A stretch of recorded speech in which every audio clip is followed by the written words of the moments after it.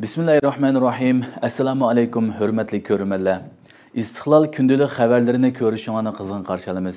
Ben Erşidin İdiqut. Tövende vatanımız Şarkı Türkistan ve dünya gün tertibiga alakadar mühim haberlerini huzurunla sunumuz. Qanadıqtınlar ekranımızda olsun.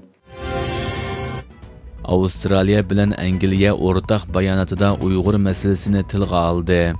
Avustraliyaning tashqi ishlar ministri va mudofaa ministri 25-iyul Sidneyda Angliya tashqi ishlar vaziri va mudofaa vaziri bilan bir yerga jam bo'lgan bo'lib, uchrashishdan keyin e'lon qilingan o'rtaq bayonotda Xitoyning Sharqiy Turkistondagi inson haqlari dafsanchiligi tilga olindi. Avustraliyaning tashqi ishlar ministri Penny Wong, mudofaa ministri Richard Marles, Angliya tashqi ishlar vaziri David Lammy, mudofaa vaziri John Healey juma kuni Avstraliyaning Sidney shahrida ko'rishib, ikki taraflik suhbat o'tkazgan. Suhbatdan keyin xalqaro masalalarga qarata ikki davlatning maydoni bayon qilingan o'rtaq bayonot e'lon qilingan.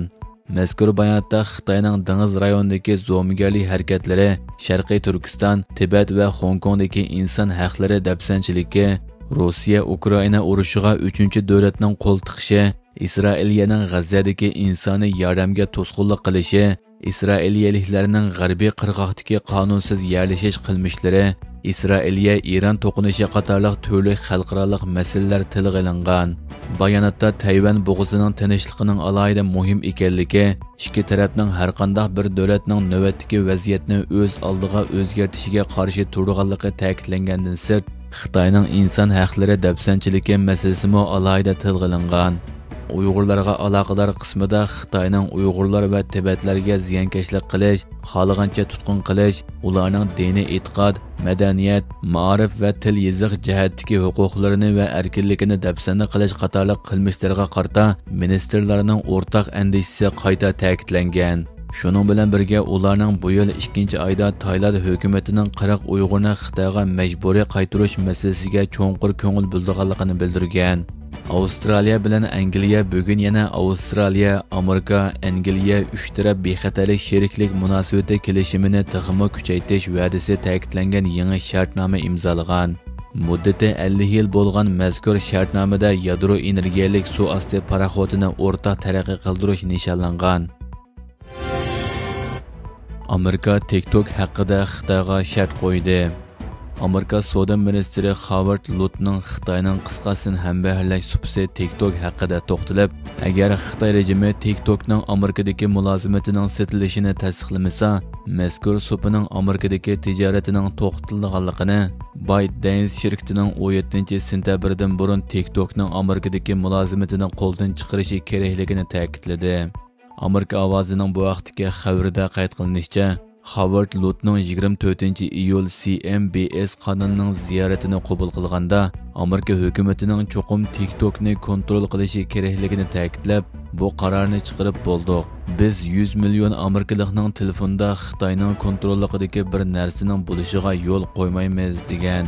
Howard Lutning yana Amerikaning TikTokning algoritm qismini kontrol qilganligini, TikTokning ana shirkati bo'lgan ByteDance'ning bo'lsa oz bir qismini saqlab qolganligini, agar Xitoy rejimi bu kelishimni tasdiqlamasa, TikTokning Amerikadagi mulozimatining to'xtatilganligini aytgan.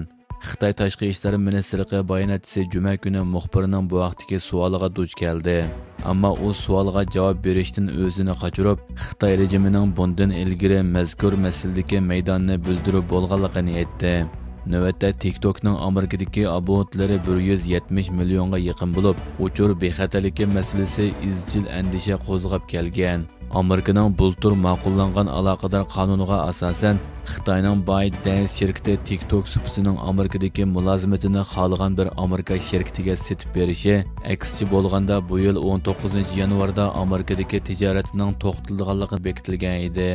Ammo Donald Trump prezidentlik vazifasiga o'ltirgandan keyin bu muddatni ko'p qitim kechiktirgan edi. U oldingi oyda yana TikTok uchun bir turkum intayin boy setib oluvchilarni topganligini, ammo bu savdoning Xitoy rejimining tasdiqidan o'tishi kerakligini aytgan edi.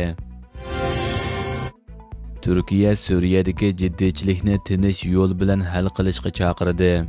Türkiye Tashqi ishlar ministri Hakan Fidan Türkiye'nin Suriye'nin zimin bütünlüğüne qat'iy hurmat qilganligini ta'kidlab, barliq taraflarni qurolsizlanishga va suhbatlashishga chaqirdi. Tashqi ishlar ministri Hakan Fidan Suriyada kuchayotgan jiddiychilikdan cho'nqur andisha qildiganligini bildirib, bo'libmi davlatning janubidagi Suvayda o'lkasida Durzi va Badaviy guruhlari orasida yaqinda yuz bergan zo'ravonlik voqealarining davlatning zamin butunligiga tahdid elib kelish ehtimolligi borligini aytib ogohlantirdi. Hakan Fidan NTV televiziya kanalining ziyoratini qabul qilganda Suriya miqyosida har xil guruhlarning qudratquli qilish alomatlari ko'rilgandan keyin Turkiyaning ogohlantirish berishga majbur bo'lganligini bildirib, davlatning shimoliy, janubiy, sharqiy va g'arbidagi ba'zi boshqa guruhlar orasida harakatlanish alomatlarini bir qism bayonot va nuqtalarni ko'rdik. Shu vajidan biz Turkiya bo'lish sifatimiz bilan ogohlantirish berishga majbur bo'ldik. Chunki biz davlatning birligi va butunligini qo'g'dashni xohlaymiz, dedi. Hakan Fidan Turkiyaning asosliq maqsadining qo'shni davlatlar, Yevropa ittifoqi va Amerikaning tirishchiliklari bilan mos holda rayonning bexatarligi va muqimligini kafolatga ega qilish ekanligini qayta ta'kidladi. Hakan Fidan Turkiyaning barliq taraflarning Suriyadagi etnik va diniy jamoatlarning haq-huquqlariga hurmat qilishini talab qilganligini, ammo qurol yarog'ning faqat markaziy hukumatning kontrolligida bo'lishi kerakligini bildirib, lekin davlatning harbiy kuchidan boshqa hech qanday kuchning qo'lida qurol bo'lmasligi kerak. Albatta davlatmi huquq mening qo'limda debla bu guruhlarni bostirmasligi lozim, dedi. Hurmatli ko'ruvchilar, bugungi xabarimiz mushu yerda oyoqlashdi. Ko'rganingizga rahmat. Atigi programmada ko'rishguncha omon bo'lgaysizlar. Allohga omonat.